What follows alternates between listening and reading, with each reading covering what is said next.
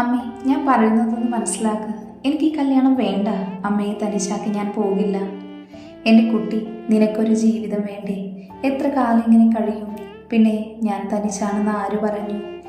ഞാൻ ദൈവങ്ങളെ കാണാൻ പോകും. ബാക്കിയുള്ള എൻ്റെ ജീവിതം അവർക്ക് വേണ്ടിയാ. എന്ന് ഞാനും കൂടെ വരും.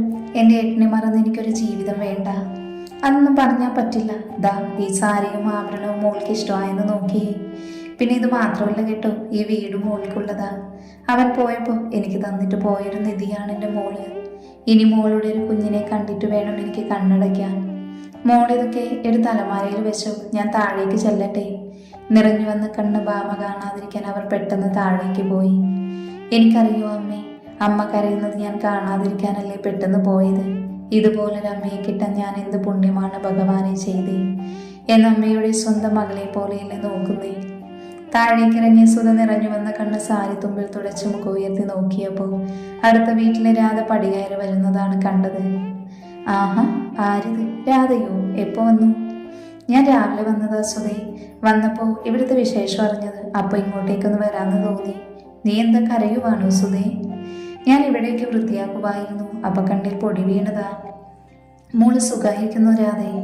അവളും മോനും സുഖമായിരിക്കുന്നു. പ്രസവം കഴിഞ്ഞു. ഇന്നലെ 3 മാസമായത്. പിന്നെ ഞാനിങ്ങ് പോന്നു. അവൻ്റെ വീട്ടുകാർക്കാണെ അവളെ ഇങ്ങോട്ട് വിടാനും മടി. കുഞ്ഞിനെ എപ്പോഴും കാണണം. അതാ എനിക്കെന്നും അവിടെ നിൽക്കാൻ പറ്റുമോ സുധേ? അതാ ഞാനിങ്ങ് പോന്നത്. അതൊക്കെ പോട്ടെ, ഇവിടുത്തെ വിശേഷം പറ. എന്ന കല്യാണം ഉടനെ ഉണ്ടോ? ഇനി ദിവസമില്ല രാധേ, ഒരാഴ്ചയേ ഉള്ളൂ. ആണോ? അപ്പൊ ഞാൻ വന്നത് എന്തായാലും നന്നായില്ലേ. മോളുടെ കല്യാണം കാണാലോ. ആരാ സുധേ ചെക്കൻ? നിനക്കറിയാം രാധേ, മുൻപ് നമ്മുടെ കുഴിവിള വീട്ടിൽ താമസിച്ച അശോകന്റെയും ജയയുടെയും മോന. ആര്? നിന്റെ മോന്റെ കൂടെ പഠിച്ച വിനുമോനാണോ? അവന് ജോലി കിട്ടിയപ്പോൾ അവരെല്ലാം അങ്ങ് അവരുടെ കുടുംബ വീടായ മലപ്പുറത്ത് പോയതല്ലേ? അതെ. അപ്പൊ ഈ ആലോചന എങ്ങനെ വന്നു? ഇടയ്ക്കെന്നെ ജയ വിളിക്കുമായിരുന്നു. അപ്പോഴാ അറിയുന്നേ, വിനുമോന്റെ ഭാര്യ കല്യാണം കഴിഞ്ഞ് 3 മാസം കഴിഞ്ഞപ്പോൾ പ്രേമിച്ചവന്റെ കൂടെ ഇറങ്ങിപ്പോയെന്ന്. ഞാൻ മോൾക്ക് ആലോചന നോക്കുന്നുണ്ടെന്ന് പറഞ്ഞപ്പോൾ അവനെ കൊണ്ട് കെട്ടിച്ചാലോ എന്ന് അവൾ ചോദിച്ചു. പിന്നെ ഞാനങ്ങ് സമ്മതിച്ചു. ഇതാകുമ്പോൾ 2 കൂട്ടർക്കറിയാം. അതെ സുധേ, അവൻ നല്ല ചെക്കനാ, നല്ല തങ്കപ്പെട്ട സ്വഭാവം, പിന്നെ ഒരു ജോലിയും ഉണ്ട്. അവർ സന്തോഷത്തോടെ ജീവിച്ചോളും. ഭാമ സമ്മതിച്ചോ? ഇപ്പോഴും വേണ്ടെന്നാ പറയുന്നത്. അവൾക്ക് താല്പര്യമില്ല. ഇപ്പം അങ്ങനെയൊക്കെ പറയും, പിന്നീട് അവരൊന്നിച്ച് ജീവിച്ചോളും. അതെ, പിന്നെ വലിയ ആർഭാടമൊന്നുമില്ല. ചെറുതായിട്ടേ ഉള്ളൂ. അവർ വരും, താലി കെട്ടി കൊണ്ടുപോകും, അത്രേ ഉള്ളൂ. അത് മതി, അത് തന്നെയല്ലേ നല്ലത്. എന്ന് ഞാൻ അങ്ങോട്ട് ഇറങ്ങട്ടെ സുധേ? ബാബുമോളോടൊന്ന് പറഞ്ഞേക്ക്. അവരെ യാത്ര പറഞ്ഞിറങ്ങിയതും സുധ ഒന്ന് ദീർഘനിശ്വാസം വിട്ട് അടുക്കളയിലേക്ക് പോയി. വിനി റൂമിലൂടെ അങ്ങോട്ടും ഇങ്ങോട്ടും നടക്കാൻ തുടങ്ങി. ആകെ ഒരു ടെൻഷൻ പോലെ. ഇന്ന് ഈ രാത്രി കഴിഞ്ഞ നാളെ എൻ്റെ കല്യാണമാണ്. ഇനി ഒരു പെണ്ണിനെ എനിക്ക് സ്നേഹിക്കാനും വിശ്വസിക്കാനും കഴിയില്ല. നാളെ ഇനി റൂം ഒരാൾക്ക് കൂടി ഷെയർ ചെയ്യണം. ഇനി ഗംഗയെ പോലെ തന്നെ ആകുമോ ഭാമയും? വിനു മനസ്സിലെന്തോ കണക്ക് കൂട്ടി ഫോൺ എടുത്ത് സുധയെ വിളിച്ചു. ഭാമയുടെ മുറിയിലിരുന്ന് വാങ്ങിക്കൊണ്ടുവന്ന ആഭരണങ്ങൾ ഭാമയുടെ കഴുത്തിൽ വെച്ച് നോക്കുകയായിരുന്നു സുധ. ഫോൺ ബെല്ലടിക്കുന്നത് കേട്ട് സുധ ഫോൺ എടുത്ത് നോക്കി. അല്ല, വിനുമോനാണല്ലോ. ഈ രാത്രിയിൽ എന്താണാവോ എന്തോ. ഈശ്വര, കുഴപ്പമൊന്നും വരുത്തരുതേ എന്ന പ്രാർത്ഥനയോടെ സുധ കോളെടുത്തു. അമ്മേ, ഇത് ഞാനാ വിനോദ്. മനസ്സിലായി മോനെ. എന്താ ഈ രാത്രിയിൽ ഒരു വിളി? അല്ലമ്മേ, അത് അമ്മയ്ക്ക് ബുദ്ധിമുട്ടാകില്ലെങ്കിൽ ഭാമയ്ക്കൊന്ന് ഫോൺ കൊടുക്കുമോ? ഒന്ന് സംസാരിക്കാനാണ്. വിനു വിക്ക് ചോദിച്ചു. അതിനെന്താ മോനെ, കൊടുക്കാലോ. സുധ തിരിഞ്ഞ് ഭാമയെ നോക്കി. മോളെ, വിനുമോന മോളോട് സംസാരിക്കണമെന്ന്. ഭാമ സുധയെ നോക്കി വേണ്ടെന്നുള്ള ഭാവത്തിൽ തലയാട്ടി. സംസാരിക്കും മോളെ, കുഴപ്പമില്ല. ഇന്ന് കഴിഞ്ഞാൽ എന്നും ഇനി സംസാരിക്കാനുള്ള ആളാ. ഭാമ മടിയോടെ ഫോണ് വാങ്ങി. സുധ ഭാമയോട് സംസാരിക്കാൻ പറഞ്ഞ് റൂമിന് പുറത്തേക്ക് ഇറങ്ങി അടുക്കളയിലേക്ക് പോയി. ഹലോ, ഭാമ പേടിയോടെ പറഞ്ഞു. ഭാമേ, ഇത് ഞാനാ, വിനു. ഞാൻ വിളിച്ചത് ഭാമയോട് കുറച്ച് കാര്യങ്ങൾ സംസാരിക്കാനാണ്. ഇത് ഞാനും നീയും മാത്രം അറിഞ്ഞാൽ മതി. അടുത്ത ആരും ഇല്ലല്ലോ? ഇല്ല. വിനു പറയുന്ന കാര്യങ്ങൾ ഭാമ ശ്രദ്ധയോടെ കേട്ടു. ഞാൻ പറഞ്ഞത് ഭാമയ്ക്ക് മനസ്സിലായോ? ഇന്നൊരു രാത്രി കൂടെ നമ്മുടെ മുന്നിലുണ്ട്. ഒന്ന് ആലോചിക്ക്, എന്നിട്ടൊരു തീരുമാനമെടുക്ക്. എന്ന് ശരി, ഞാൻ ഫോൺ വെക്കട്ടെ? ശരി. ഭാമ ആശ്വാസത്തോടെ ഫോൺ കട്ട് ചെയ്തു. കുറച്ചു കഴിഞ്ഞ് റൂമിലേക്ക് വന്ന സുധ കാണുന്നത് ആലോചനയോടെ ഇരിക്കുന്ന ഭാമയെയാണ്. മോളെ, വിനുമോൻ എന്തിനാ വിളിച്ചേ? ഒന്നുമില്ലമ്മേ, വെറുതെ സംസാരിക്കാൻ വിളിച്ചതാ. പിന്നെ ഇവിടുത്തെ ഒരുക്കങ്ങൾ എന്തായെന്ന് ചോദിച്ചു. ആണോ? അവന് മോളോട് വലിയ ഇഷ്ടമാണെന്ന് തോന്നുന്നു. ഇതിനു മുന്നേ നിങ്ങൾ വിളിച്ച് സംസാരിക്കേണ്ടതായിരുന്നു. അകൽച്ചയൊക്കൊന്ന് മാറുമായിരുന്നു. സാരമില്ല, പതിയെല്ലാം നേരെയാവും. മോളെന്തേലും കഴിച്ചിട്ട് കിടക്കാൻ നോക്ക്. രാവിലെ എണീറ്റ് അമ്പലത്തിൽ പോകേണ്ടതല്ലേ? മോളെ. എന്താ അമ്മേ? നാളെ ആരെന്ത് പറഞ്ഞാലും അത് കേട്ട് മോള് വിഷമിക്കരുത്. കുറ്റം പറയാൻ ഒരുപാട് പേര് കാണും, നല്ലതെന്ന് പറയാൻ ചുരുക്കം ചിലരും. അതുകൊണ്ട് മോൾ ആരെയും ശ്രദ്ധിക്കേണ്ട. വിനുവിന് വീണ്ടും ടെൻഷനായി. ഇനി ബാം എന്ത് തീരുമാനമായിരിക്കും എടുക്കുന്നേ? അവൾ സമ്മതിക്കുമോ? പറയണ്ടായിരുന്നു. നാളെ വന്നിട്ട് പറഞ്ഞാൽ മതിയായിരുന്നു. അല്ലെങ്കിൽ പറഞ്ഞത് തന്നെ നല്ലത്. ഇല്ലെങ്കിൽ ഞാൻ ചെയ്യുന്നത് ചതിയായിരിക്കും. നീ എന്താണ് നിന്ന് പിറുപിറുക്കുന്നേ? പിള്ളേരെ പഠിപ്പിച്ച് നിനക്ക് വട്ടായോ? വിനുവിൻ്റെ റൂമിലെ വെട്ടം കണ്ട് അങ്ങോട്ടേക്ക് വന്നതായിരുന്നു അവൻ്റെ അച്ഛൻ. ഒന്നുമില്ലച്ചാ, ഞാൻ വെറുതെ ഓരോന്ന് ആലോചിച്ച് നിന്നതാ. ഈടായി നീ കുറച്ച് ആലോചന കൂടുന്നുണ്ട്. കിടന്നുറങ്ങാൻ നോക്കടാ. രാവിലെ 3 പുറപ്പെടേണ്ടതാ. ശരി അച്ഛാ. അച്ഛനെ നോക്കി തലയാട്ടിയതിനു ശേഷം ഡോറടച്ച് കട്ടിലേക്ക് കിടന്നു. കിടന്നിട്ട് ഉറക്കം വരുന്നില്ലായിരുന്നു വിനുവിന്. അവൻ കണ്ണടച്ച് ഓരോന്ന് ആലോചിച്ച് കിടന്നു. അല്ല, എന്തായിരുന്നു മുകളിൽ അച്ഛനും മോനും ഒരു സംസാരം? ഞാൻ ചെല്ലുമ്പോൾ ജയ്, നിന്റെ മോന് നിന്ന് എന്തൊക്കെയോ പിറുപിറുക്കുക. എന്താന്ന് ചോദിച്ചപ്പോൾ ഒന്നുമില്ലെന്ന്. നാളെ കല്യാണമല്ലേ മനുഷ്യ, അതിൻ്റെ വെപ്രാളായിരിക്കും. രണ്ടുപേരും പരസ്പരം മനസ്സിലാക്കി ഒന്നിച്ചാൽ മതിയായിരുന്നു. എല്ലാം ശരിയാകും ചേട്ടാ. കൃത്യം 3 മണിക്ക് തന്നെ വിനുവും അവൻ്റെ വീട്ടുകാരും യാത്ര തിരിച്ചു. എന്തായാലും ഇന്ന് ഈ കല്യാണം നടക്കില്ല. വിനു ആലോചിച്ച് കാറിലെ സീറ്റിലേക്ക് ചാരി കണ്ണടച്ചു. ഞാൻ പറഞ്ഞത് ഏതു പെണ്ണാ അംഗീകരിക്കുന്നത്? ഉറപ്പാണ് ഇന്ന് ഈ കല്യാണം നടക്കില്ലെന്ന്. അമ്മയെയും അച്ഛനെയും കാണുമ്പോൾ സങ്കടം വരുന്നുണ്ട്. എന്നാലും ഒരു പെണ്ണിനെ ചതിക്കാൻ എനിക്ക് കഴിയില്ല. അവൾ വേറെ ആരെങ്കിലും കെട്ടി സുഖമായിട്ട് ജീവിക്കട്ടെ. ഇനി എൻ്റെ ജീവിതം ഇങ്ങനെ അങ്ങ് പൊയ്ക്കോളും. ഓരോന്നും ആലോചിച്ച് അവൻ ഉറക്കത്തിലേക്ക് പോയി. മോനെ, എണീക്കട, സ്ഥലം എത്തി. അവൻ കണ്ണുകൾ മെല്ലെ തുറന്നു. തൃക്കാക്കര ദേവീക്ഷേത്രം എന്ന ബോർഡ് കണ്ടവൻ ഒന്ന് ദീർഘനിശ്വാസം വിട്ടു. ഇനി എന്താ ദേവി ഇവിടെ നടക്കാൻ പോകുന്നേ? കാത്തോളിനെ ദേവി എൻ്റെ വീട്ടുകാരെ. അവൻ മനസ്സുകൊണ്ട് ദേവിയോട് പ്രാർത്ഥിച്ചു. ആഹാ, നിങ്ങളിങ്ങ് എത്തിയോ? യാത്രയ്ക്ക് സുഖമായിരുന്നു? സുഖം സ്വാമി. അടുത്തേക്ക് വരൂ. എല്ലാവരും പോയി ദേവിയെ തൊഴുത് പ്രാർത്ഥിച്ചോളൂ. സ്വാമി അവരെ അകത്തേക്ക് കൊണ്ടുപോയി. വിനുവും വീട്ടുകാരും നടക്കൽ പോയി തൊഴുത് പ്രാർത്ഥിച്ചു. സമയമായി, കുട്ടിയെ കൊണ്ടുവരിക, പോറ്റി വിളിച്ചു പറഞ്ഞു. ഇനി എന്താണോ നടക്കാൻ പോകുന്നത്? വിനു നിന്ന് വിയർക്കാൻ തുടങ്ങി. പെട്ടെന്ന് സുധയുടെ കൈപിടിച്ച് നടയിലേക്ക് വരുന്ന ഭാമയിൽ അവൻ്റെ കണ്ണുകൾ ഒരു നിമിഷം തറഞ്ഞുപോയി. അവൻ സ്വയം മറന്ന് അവളെ തന്നെ നോക്കി നിന്നുപോയി. അത്രയ്ക്ക് സുന്ദരിയായിരുന്നു ഭാമ. അവളുടെ അടുത്ത് വന്ന് നിന്നപ്പോൾ സാക്ഷാ ദേവി ഇറങ്ങി വന്ന് നിൽക്കുന്നത് പോലെ തോന്നി അവന്. പോറ്റി താലി അവൻ്റെ കയ്യിലേക്ക് കൊടുത്തു. കെട്ടിക്കോളൂ. അവൻ അവളുടെ കഴുത്തിൽ താലി ചാർത്തി. പോറ്റി കൊടുത്ത് സിന്ദൂരമെടുത്തവൻ അവളുടെ സീമന്തരേഖ ചുവപ്പിച്ചു. പരസ്പരം മാല ചാർത്തി. ഭാമ തൊഴുകൈയോടെ ദേവിയുടെ നടയിൽ കണ്ണടച്ചു നിന്നു. അവളുടെ കണ്ണുകൾ നിറഞ്ഞൊഴുകിക്കൊണ്ടിരുന്നു. കണ്ടുനിന്ന സുധയുടെയും ജയയുടെയും കണ്ണുകൾ ഇറനണിഞ്ഞു. സ്വാമി ഭാമയുടെ കൈ പിടിച്ച് വിനുവിൻ്റെ കയ്യിലേക്ക് വെച്ചു. ഇനി നടക്ക് ചുറ്റും പ്രദക്ഷിണം വെച്ചോളൂ, പോറ്റി അവരോടായി പറഞ്ഞു. വിനു ഭാമയുടെ കൈ പിടിച്ച് നടക്ക് ചുറ്റും വലയം വെച്ചു വന്നു. എന്നാൽ ഇനി എല്ലാവർക്കും വീട്ടിലേക്ക് പോകാം, സദ്യ അവിടെ ഒരുക്കിയിട്ടുണ്ട്. അങ്ങനെ ആയിക്കോട്ടെ സുധേ. എല്ലാവരും വീട്ടിലേക്ക് പോയി. കഴിക്കാനിരുന്നിട്ട് ഭാമയ്ക്കൊരു വറ്റുപോലും ഇറങ്ങില്ലായിരുന്നു. എന്തൊക്കെയോ കഴിച്ചെന്ന് വരുത്തി അവൾ എണീറ്റ് കൈ കഴുകി മുറിയിലേക്ക് പോയി. ആഹാ, മോളിവിടെ വന്നിരിക്കുവാണോ? അമ്മേ. ഭാമ സുധയെ കെട്ടിപ്പിടിച്ച് കരഞ്ഞു. ഞാൻ അങ്ങോട്ട് പോകുന്നില്ല അമ്മേ. എൻ്റെ അമ്മയെ വീട്ടിലേക്ക് നിൽക്കാൻ പറ്റില്ല. എന്താ മോളെ ഇത്? എന്നെപ്പോലെ തന്നെയല്ലേ വിനുമോൻ്റെ അമ്മയും. അപ്പോൾ മോളെ പൊന്നുപോലെ നോക്കിക്കോളൂ. ഞാൻ ഇടയ്ക്ക് അങ്ങ് വന്ന് എൻ്റെ മോളെ കണ്ടോളാം. ഇതെന്താ, അമ്മയും മോളും കരയുവാണോ? എന്ത് പറയാനാ ജയെ? എന്നെ തനിച്ചാക്കി വരുന്നതിൽ മോൾക്ക് സങ്കടം. അതിനെന്താ, സുധയെ ഞങ്ങളുടെ കൂടെ പോരെ. അപ്പോൾ മോളുടെ സങ്കടം മാറുമല്ലോ. ഭാമ പ്രതീക്ഷയോടെ സുധയെ നോക്കി. എനിക്കിവിടെ കുറച്ച് പണി കൂടെ ഉണ്ട് ജയെ. ഞാൻ ഇടയ്ക്ക് വന്ന് മോളെ കണ്ടോളാം.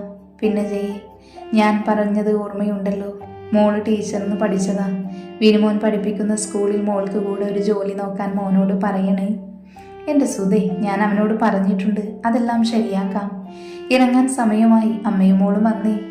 അവർ 3 പേരും താഴേക്ക് ചെന്നു. അപ്പം ഞങ്ങൾ ഇറങ്ങുവാ സുധേ. എന്നാ അങ്ങനെ ആയിക്കോട്ടെ. ബാമ സുധയെ നോക്കി. സുധ പൊയ്ക്കോളാൻ കണ്ണുകൊണ്ട് യാത്ര പറഞ്ഞു. ബാമയുടെ കണ്ണുകൾ നിറഞ്ഞൊഴുകിക്കൊണ്ടിരുന്നു. ജയ ബാമയെ ചേർത്ത് പിടിച്ച് കാറിൽ വിനുവിൻ്റെ അടുത്തായിരുത്തി. കാർ അകന്നു പോകുന്നത് നോക്കി സുധ വിയർപ്പ് മുട്ടി നിന്നു. കാറ് പോയതും ഒരു പൊട്ടിക്കരച്ചിലോടെ സുധ അകത്തേക്ക് പോയി. കരഞ്ഞു തളർന്ന് എപ്പോഴോ ഒന്ന് മയങ്ങിപ്പോയിരുന്നു ബാമ. വിനുവിൻ്റെ വീടെത്തിയതൊന്നും അവൾ അറിഞ്ഞില്ല. വിനു ഡോറ് തുറന്ന് പുറത്തിറങ്ങി അകത്തേക്ക് കയറിപ്പോയി. ഇവനെന്താ ഇങ്ങനെ പോകുന്നേ? ആ കുഞ്ഞിനെ കൂടെ വിളിച്ചുകൊണ്ട് പോയിക്കൂടായിരുന്നു? എന്താ ജയേ ഇവനിങ്ങനെ? എങ്ങനെ നന്നാവാനാ? നിങ്ങളുടെ അല്ലേ മോൻ? പിന്നെ നീ തന്നെ നിന്റെ മരുമോളെ വിളിച്ചുണർത്തി കൊണ്ടുവാ. അശോകനും അകത്തേക്ക് കയറിപ്പോയി. മോളെ ബാമയെ, ജയവളെ തട്ടി വിളിച്ചു.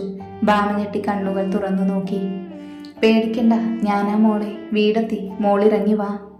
ബാമ പുറത്തേക്കിറങ്ങി. മോള് വലത് കാല് വെച്ച് കയറിക്കോ. രാത്രി ആയില്ലേ, ഇനി വിളക്ക് കൊണ്ട് കയറണ്ട. അവൾ വലത് കാല് വെച്ച് അകത്തേക്ക് കയറി. അകത്തേക്ക് കയറിയ ബാമ ടെൻഷനോടെ നിന്നു. ഇനി എങ്ങോട്ട് പോകും? ഈ ഡ്രസ്സ് ഒന്ന് മാറ്റി കുളിച്ചിരുന്നെങ്കിൽ അല്പം ആശ്വാസമായേനെ. രാവിലെ മുതൽ ഇങ്ങനെ നിൽക്കാൻ തുടങ്ങിയതാ. മോൾ ആ റൂമിൽ പോയി ഒന്ന് കുളിച്ച് ഫ്രഷായി വാ. മോൾക്ക് വേണ്ട ഡ്രസ്സൊക്കെ അതിനകത്ത് വെച്ചിട്ടുണ്ട്. അതിനുശേഷം ആഹാരം കഴിച്ചിട്ട് മുകളിൽ വിനുവിൻ്റെ റൂമിൽ പോകാം. അവൾ മെല്ലെ തലയാട്ടി. അവർ കാണിച്ച റൂമിലേക്ക് കയറിപ്പോയി. അകത്ത് കയറിയ ബാമ ഒന്ന് ചുറ്റും നോക്കി. ബെഡിൽ ഒരു സെറ്റ് സാരി ഇരിക്കുന്നത് കണ്ടു. അവൾ പതിയെ ബെഡിലേക്കിരുന്നു. തലയിൽ വെച്ചിരുന്ന പൂ വഴിച്ചെടുത്തു. അതിനുശേഷം താലിമാല ഒഴികെ ബാക്കി ആഭരണങ്ങളുമെല്ലാം അഴിച്ചു വെച്ച് ബാത്റൂമിൽ കയറി ഒന്ന് കുളിച്ചിറങ്ങി സെറ്റ് സാരി ഉടുത്തു. മോളെ കഴിഞ്ഞില്ലേ? ജയ കതകിൽ തട്ടി വിളിച്ചു. ബാമ ഡോറ് തുറന്ന് പുറത്തിറങ്ങി. മോള് വാ, കഴിച്ചിട്ട് മുകളിലേക്ക് പോകാം. എനിക്ക് വിശപ്പില്ലമ്മേ. അത് പറഞ്ഞാൽ പറ്റില്ല, എന്തെങ്കിലും കഴിച്ചേ പറ്റൂ. ജയ നിർബന്ധിച്ച് അവളെ കഴിപ്പിച്ചു. അതിനുശേഷം കയ്യിൽ ഒരു ഗ്ലാസ് പാലും കൊടുത്ത് മുകളിൽ വിനുവിൻ്റെ റൂമിന് മുന്നിൽ കൊണ്ടു നിർത്തി. മോളെ, നീ വേണം ഇനി അവനെ മാറ്റിയെടുക്കാൻ. രണ്ടുപേരും സ്നേഹത്തോടെ കഴിയുന്നത് ഞങ്ങൾക്ക് കാണണം. നിങ്ങളുടെ മക്കളെ കൂടെ കണ്ടിട്ട് വേണം ഈ അമ്മയ്ക്കൊന്ന് കണ്ണടയ്ക്കാൻ. ചെല്ല്, അമ്മ താഴെ റൂമിൽ പോകുക. അവർ അവളെ അവിടെ വിട്ട് താഴേക്ക് പോയി. ബാമ മുറിയിലേക്ക് കയറിയപ്പോൾ കട്ടിൽ ആലോചനയോടെ കിടക്കുന്ന വിനുവിനെയാണ് കണ്ടത്. അവൾ പതിയെ അകത്ത് കയറി കയ്യിലുണ്ടായിരുന്ന പാൽ ടേബിളിൽ വെച്ചു. എന്തോ ശബ്ദം കേട്ട് കണ്ണു തുറന്ന വിനു കാണുന്നത് ബാമ നിൽക്കുന്നതാണ്. ബാമേ, താൻ എന്തിനതിന് സമ്മതിച്ചേ? ഞാനെല്ലാം പറഞ്ഞതല്ലേ. ഞാൻ ഈ കല്യാണത്തിന് സമ്മതിച്ചില്ലെങ്കിൽ അമ്മയ്ക്ക് സങ്കടാവും, അതാ. എല്ലാം ആലോചിച്ചിട്ട് തന്നെയാണോ? എന്ന് ഞാൻ പറഞ്ഞതുപോലെ തന്നെ നടക്കും. എല്ലാവർക്കും അറിയാം നമുക്ക് പൊരുത്തപ്പെടാൻ കുറച്ച് സമയമെടുക്കുമെന്ന്. അതുകൊണ്ട് കുറച്ച് ദിവസത്തേക്ക് വലിയ കുഴപ്പമൊന്നും ഉണ്ടാവില്ല. അത് കഴിയുമ്പോൾ ചോദ്യം തുടങ്ങും. ബാക്കി കാര്യങ്ങൾ അതിനുശേഷം നോക്കാം. എന്ന് താൻ കിടന്നു, ഞാൻ ആ സെറ്റിയിൽ കിടക്കാം. വിനു എണീറ്റ് സെറ്റിയിൽ പോയി കിടന്നു. നല്ല ക്ഷീണം കാണും, താൻ ഉറങ്ങിക്കോ. പിന്നെ ഞാനിവിടെ കിടക്കുന്നത് തനിക്ക് പേടിയുണ്ടോ? ബാമ ഉണ്ടെന്നും ഇല്ലെന്നും തലയാട്ടി. പേടിക്കണ്ട, ഞാൻ തന്നെ ഒന്നും ചെയ്യില്ല, എന്നെ വിശ്വസിക്കാം. താൻ ഉറങ്ങിക്കോ. ബാമ കട്ടിലേക്ക് കിടന്നു. കുറച്ചു നേരം തിരിഞ്ഞും മറിഞ്ഞും കിടന്നതിനു ശേഷം നിദ്ര അവളുടെ കണ്ണുകളെ മൂടി. വിനു കുറച്ചു നേരം ബാമയെ നോക്കി കിടന്നു. പാവം, മറ്റുള്ളവരുടെ സന്തോഷത്തിന് വേണ്ടി സ്വന്തം ജീവിതം വെച്ച് കളിക്കുന്നു. ഒരാൾ സ്വന്തം ഇഷ്ടം തേടി പോയപ്പോൾ മറ്റൊരാൾ സ്വന്തം ജീവിതം ബലി കൊടുക്കുന്നു. വിനു ഒന്ന് ദീർഘനിശ്വാസം വിട്ടു. രാവിലെ 5 മണിക്ക് തന്നെ ബാമ ഉറക്കമെണീറ്റു.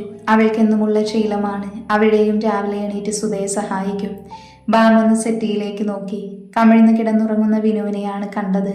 അവൾ കഴുത്തിലെ താലിമാലയിലേക്ക് നോക്കി ഒന്ന് ദീർഘനിശ്വാസം എടുത്തു. ഇനി എന്ത് ചെയ്യും? ഒന്ന് കുളിക്കണമായിരുന്നു. മാറിയിടാൻ ഡ്രസ്സൊന്നുമില്ല. ഇന്നലെ ഇവിടുത്തെ അമ്മ തന്ന സെറ്റ് സാരിയാണ് ഉടുത്തത്. ഒന്ന് കുളിച്ച് വിളക്കി വെക്കണം, അതാണ് ശീലം. അവൾ മുറി ആകമാനം ഒന്ന് നോക്കി. വലിയ മുറിയാണ്. മുറിയുടെ ചേർന്നൊരു ബാത്റൂം കണ്ടു. തിരിഞ്ഞു നോക്കിയപ്പോൾ ഒരു അലമാര ഇരിക്കുന്നത് കണ്ടു. അവൾ അതിനടുത്തേക്ക് നടന്നു. അലമാര തുറന്നു നോക്കി. തുറന്നവൾ അന്തം വിട്ടുപോയി. അവൾക്കുള്ള കുറെ ഡ്രസ്സുകൾ ഇരിക്കുന്നു. ഇനി ഇത് എനിക്ക് വേണ്ടി വാങ്ങിയതാണോ അതോ വിനുവേട്ടൻ്റെ ആദ്യ ഭാര്യയുടെയാണോ? എന്തായാലും സാരമില്ല. അവൾ അതിൽ നിന്നൊരു ഡ്രസ്സ് എടുത്ത് ബാത്റൂമിൽ കയറി. ബാത്റൂമിൽ കയറിയപ്പോൾ അവിടെ ഒരു പുതിയ ബ്രഷ് ഇരിക്കുന്നത് കണ്ട് അതെടുത്ത് ബ്രഷ് ചെയ്ത് കുളിച്ചിറങ്ങി. അപ്പോഴും ഇതൊന്നും അറിയാതെ വിനു നല്ല ഉറക്കത്തിലായിരുന്നു. ബാമ റൂമിന്റെ വാതിൽ തുറന്ന് പുറത്തിറങ്ങി. താഴേക്കിറങ്ങി എല്ലായിടവും ഒന്ന് നോക്കി. പൂജാമുറി എന്ന് തോന്നിക്കുന്ന ഒരു റൂം കണ്ട് അങ്ങോട്ട് പോയി. ബാമ വാതിലിൽ ഒന്ന് തള്ളിയതും അതകത്തേക്ക് തുറന്നു. അവിടെ കൃഷ്ണന്റെ വിഗ്രഹം കണ്ട് അവൾ തൊഴുതു നിന്നു. അതിനുശേഷം വിളക്ക് കത്തിച്ചു. വിളക്ക് കത്തിച്ചു കഴിഞ്ഞ് ബാമ ഹാളിലേക്ക് വന്നു. പിന്നെ അവൾ അടുക്കള തപ്പിപ്പോയി. അടുക്കള കണ്ടുപിടിച്ച് ഫ്രിഡ്ജ് തുറന്ന് നോക്കി. പാലിരിക്കുന്നത് കണ്ട് പിന്നെ അവൾ അതെടുത്ത് ചായ ഇട്ടു. ഇനി എന്ത് ചെയ്യും? ആകെ സംശയം തോന്നി. ഇതുവരെ ആരും എണീറ്റിട്ടില്ല. ഇനി ഞാൻ വിളക്ക് കത്തിച്ചതും ചായ ഇട്ടതും ഇവിടുത്തെ അമ്മയ്ക്ക് ഇഷ്ടമാകുമോ? ബാമ ആലോചനയോടെ ഡൈനിങ് ഏരിയയിൽ ഇട്ടിരുന്ന കസേരയിലിരുന്നു. കുറച്ചു കഴിഞ്ഞതും അവിടെ ടേബിളിൽ തലവെച്ച് ഉറങ്ങിപ്പോയി. മോളെ, ജയ ബാമയെ കുലുക്കി വിളിച്ചു. ബാമ ചാടി എണീറ്റു. അതമ്മേ, ഞാൻ ഉറങ്ങിപ്പോയി. മോള് പേടിച്ചു പോയോ? ബാമ തല താഴ്ത്തി നിന്നു. നേരത്തെ എണീറ്റോ? കുളിയൊക്കെ കഴിഞ്ഞോ? കുറച്ചു നേരം കൂടെ കിടക്കായിരുന്നില്ലേ? ഇന്നലത്തെ ക്ഷീണം കാണില്ല മോളെ. ഞാനിന്നും 5 മണിക്ക് എണീക്കും, അതാ ശീലം. കുളിച്ച് വിളക്ക് വെച്ചതിന് ശേഷം അമ്മയെ സഹായിക്കും. അമ്മ ചായ ഇട്ടു. അമ്മയ്ക്ക് ഇഷ്ടപ്പെടുമോ എന്ന് അവൾ വിക്കി പറഞ്ഞു. എൻ്റെ മോൾ ആദ്യമായിട്ട് ഇട്ടതല്ലേ, എടുത്തിട്ട് വാ. അച്ഛൻ എണീറ്റോ അമ്മേ? അച്ഛനും വിനുവിനും കൂടെ എടുത്തോ മോളെ. അവൾ സന്തോഷത്തോടെ അടുക്കളയിൽ പോയി 4 കപ്പിൽ ചായ എടുത്തു. അമ്മേതാ ചായ. ജയ ഒരു കപ്പ് ചായ എടുത്ത് ചുണ്ടോട് ചേർത്തു. നല്ല ചായ മോളെ, അമ്മയ്ക്ക് ഇഷ്ടമായി. അച്ഛനുള്ള ചായ എങ്ങതാ, എന്നിട്ട് മോള് വിനുവിന് ചായ കൊടുക്ക്. ബാമ അനുസരണയോടെ തലയാട്ടി അവൾ വിനുവിനുള്ള ചായയുമായി മുകളിലേക്ക് പോയി. ജയ ബാമയെ തന്നെ നോക്കി നിന്നു. രണ്ടുപേരും സന്തോഷത്തോടെ ജീവിക്കണെന്റെ ഭഗവാനെ. ബാമ ചായയുമായി റൂമിലേക്ക് കയറി. സെറ്റിയിൽ നോക്കിയപ്പോൾ വിനുവിനെ കണ്ടില്ല. ബാത്റൂമിൽ നിന്ന് വെള്ളം വീഴുന്ന ശബ്ദം കേട്ടു. അവൾ ചായ ടേബിളിൽ വെച്ച് തിരിഞ്ഞതും ബാത്റൂമിൽ നിന്ന് ഒരു ടവൽ മാത്രം എടുത്ത് തല തുടച്ചിറങ്ങി വരുന്ന വിനുവിനെയാണ് കണ്ടത്. വിനുവിനെ കണ്ട ബാമ എന്ത് ചെയ്യുമെന്ന പരിഭ്രാന്തിലായി. അവൾ പെട്ടെന്ന് തിരിഞ്ഞു നിന്നു. മറിച്ച് വിനുവിൻ്റെ അവസ്ഥയും ഇത് തന്നെയായിരുന്നു. ഇന്നലെ കല്യാണം കഴിഞ്ഞതൊക്കെ അവൻ മറന്നു പോയിരുന്നു. എന്നും ഇറങ്ങി വരുന്നത് പോലെ അങ്ങ് ഇറങ്ങി വന്നതായിരുന്നു. അത് ഞാൻ ചായ തരാൻ വന്നതാ. തിരിഞ്ഞു നിന്ന് ബാമ എങ്ങനെയോ പറഞ്ഞൊപ്പിച്ചു. ഞാൻ പോകുക. അവൾ തിരിഞ്ഞു നോക്കാതെ പെട്ടെന്ന് പുറത്തേക്ക് പോയി. അയ്യേ, ആകെ നാണക്കേടായി. ബാമ ഉള്ള കാര്യം അങ്ങ് മറന്നുപോയി. ഞാനെങ്ങനെ ഇനി അവളുടെ മുഖത്ത് നോക്കും? എന്നെക്കുറിച്ച് ഇനി എന്ത് കരുതും?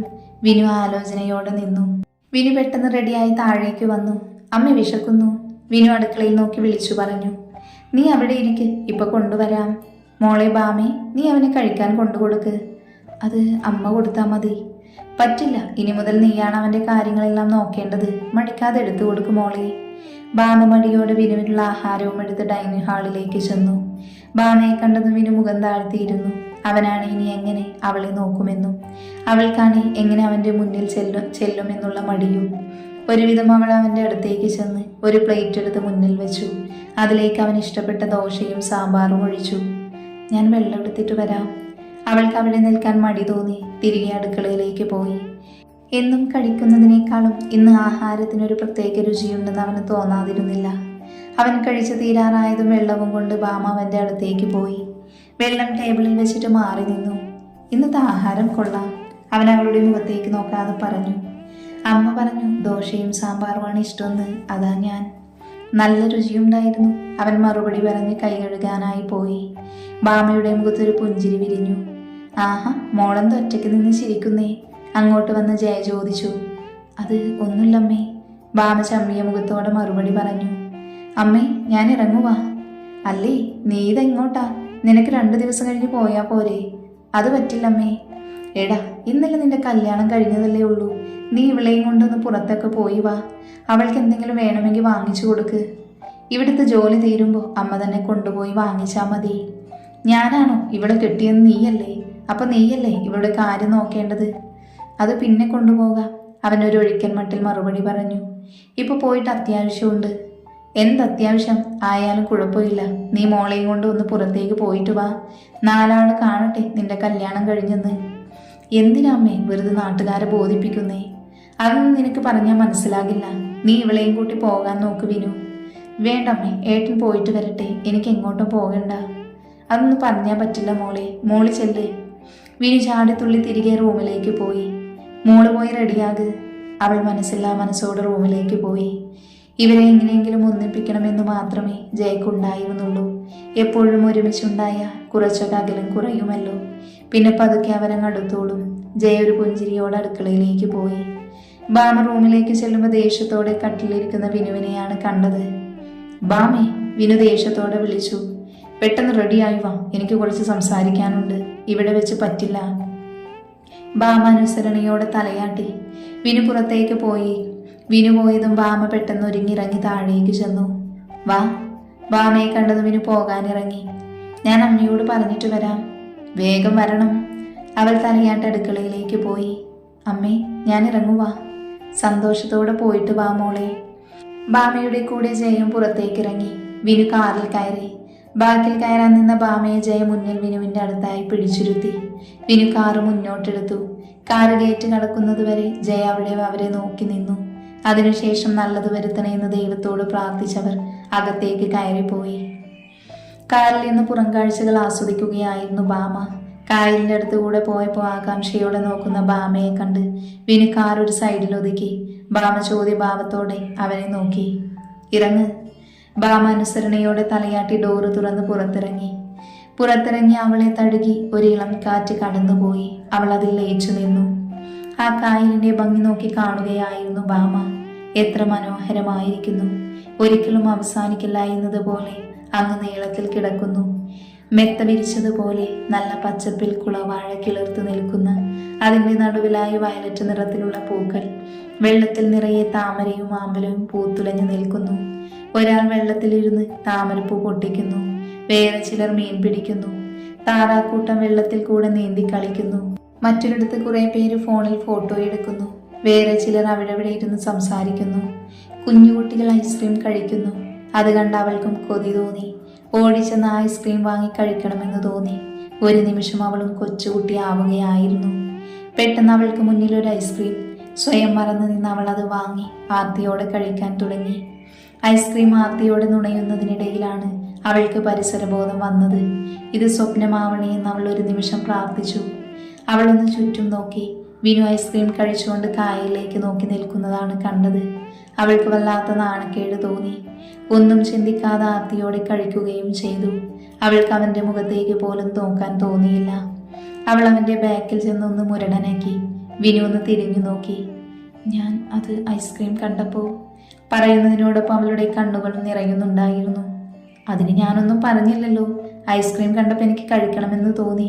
വാങ്ങിയപ്പോൾ നിനക്കും കൂടെ ഒരെണ്ണം വാങ്ങി. അതാണോ ഇപ്പം ഇങ്ങനെ?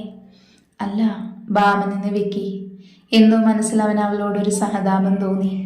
വാ, നമുക്കിവിടെ ഇരിക്കാം. അവിടെ കണ്ട ബെഞ്ചിൽ അവൻ അവളെയും കൂട്ടി ചെന്നിരുന്നു. രണ്ടുപേർക്കുമിടയിൽ മൗനം തളം കെട്ടി. അവൾക്കെന്തോ അവൻ്റെ അടുത്തിരിക്കാൻ ഒരു മടി തോന്നി. മൗനത്തെ ഭേദിച്ച് അവൻ തന്നെ സംസാരിച്ചു തുടങ്ങി. ഞാൻ അങ്ങനെ പറഞ്ഞപ്പോൾ നീ കല്യാണത്തിൽ നിന്ന് പിന്മാറുമെന്ന് ഞാൻ കരുതി. അമ്മയെ സങ്കടപ്പെടുത്താൻ എനിക്ക് കഴിയില്ല. ഞാൻ ഇപ്പോഴും ചോദിക്കുക, നിനക്ക് എൻ്റെ കുഞ്ഞിനെ ഗർഭം ധരിക്കുവാൻ സമ്മതമാണോ? അത് കഴിഞ്ഞാൽ നമ്മൾ തമ്മിലൊരു ബന്ധവും കാണില്ല. നിനക്ക് എൻ്റെ വീട്ടിൽ ജീവിതകാലം മുഴുവൻ കഴിയാം. ആരും നിന്നെ ഇറക്കി വിടില്ല. ആരും അറിയുകയുമില്ല. പിന്നെ അമ്മ എന്ന അവകാശം നിനക്കെപ്പോഴും കാണും. എന്നിലൊരു അവകാശത്തിനും വരരുത്. സമ്മതമാണോ? എനിക്ക് സമ്മതമാണ്. നിനക്കതിനെങ്ങനെ സമ്മതിക്കാൻ കഴിയുന്നു ബാമേ? ആരെങ്കിലും ഇതിന് സമ്മതിക്കുമോ? എനിക്കറിയില്ല, ബാമ മുഖം കുനിച്ച് പറഞ്ഞു. നീ എന്തിനാ മുഖം കുനിച്ച് നിൽക്കുന്നേ? കുറച്ചുകൂടെ ധൈര്യം കാണിക്കണ്ടേ ബാമേ? ഇന്നത്തെ കാലത്ത് കുറച്ചുകൂടെ ബോൾഡാവണം പെൺകുട്ടികൾ. എനിക്ക് പേടിയാ. എന്തിന്? ആരെ? അത് നിന്നെക്കുറിച്ച് കൂടുതലൊന്നും എനിക്കറിയില്ല. കുറച്ച് കാര്യങ്ങൾ മാത്രം അന്ന് വൈശാഖ് പറഞ്ഞറിയാം. ഇനി നീ വേണം പറയാൻ. എനിക്കെല്ലാം അറിയണം. അത് കഴിഞ്ഞ് ഞാൻ എന്നെക്കുറിച്ച് പറയാം. എന്നിട്ട് നീ ഒന്നുകൂടെ ആലോചിച്ചൊരു തീരുമാനം പറഞ്ഞാൽ മതി. അവൾ അനുസരണയോടെ തലയാട്ടി. അവൾക്കെന്തോ വല്ലാത്തൊരു വീർപ്പുമുട്ടൽ തോന്നി. മറക്കാൻ ശ്രമിക്കുന്ന കാര്യങ്ങളാണ്. അവൾ അവിടെ നിന്ന് എണീറ്റ് കായലിലേക്ക് നോക്കി നിന്നു. അവൻ അവൾ പറയുന്നത് കേൾക്കാനെന്ന പോലെ അവളെ കാതോർത്തു നിന്നു.